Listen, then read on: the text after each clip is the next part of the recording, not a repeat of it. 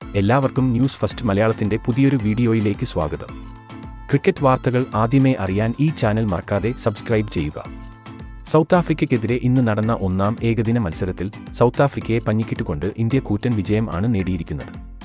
South Africa ഇന്ന് ഇന്ത്യക്ക് മുന്നിൽ നാണം കെട്ടു എന്ന് തന്നെ പറയാം. ആദ്യം ബാറ്റ് ചെയ്ത സൗത്ത് ആഫ്രിക്കയ്ക്ക് തുടക്കം മുതൽ അടിപതറുകയായിരുന്നു. അങ്ങനെ സൗത്ത് ആഫ്രിക്ക 116 ആൾ ഔട്ട് ആകുകയായിരുന്നു. മറുപടി ബാറ്റിംഗിനിറങ്ങിയ ഇന്ത്യ സായി സുദർശന്റെയും ശ്രേയസ് അയ്യരുടെയും മികവിൽ വിജയമനായാസമാക്കി. ഇന്ന് കളി ജയിച്ച ശേഷം ഇന്ത്യൻ ക്യാപ്റ്റൻ KL രാഹുൽ പറഞ്ഞത് ഇങ്ങനെയായിരുന്നു: ഇന്നത്തെ മത്സരം വിജയിച്ചതിൽ എനിക്ക് വളരെയധികം സന്തോഷമുണ്ട്. ഇന്ന് ജയിക്കാൻ ആകുമെന്ന് ഞങ്ങൾ പ്രതീക്ഷിച്ചിരുന്നു. എന്തായാലും അത് തന്നെ നടന്നു.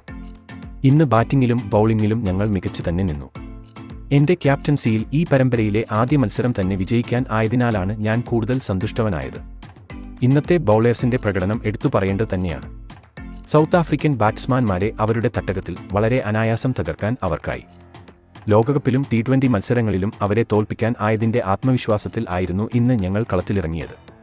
ക്യാപ്റ്റൻസിയിൽ സഞ്ജുവിന്റെ തന്ത്രമാണ് ഞാൻ ഇന്ന് പയറ്റിയത്. ആ ഒരു തന്ത്രം ഇന്ന് വിജയിക്കുകയും ചെയ്തു.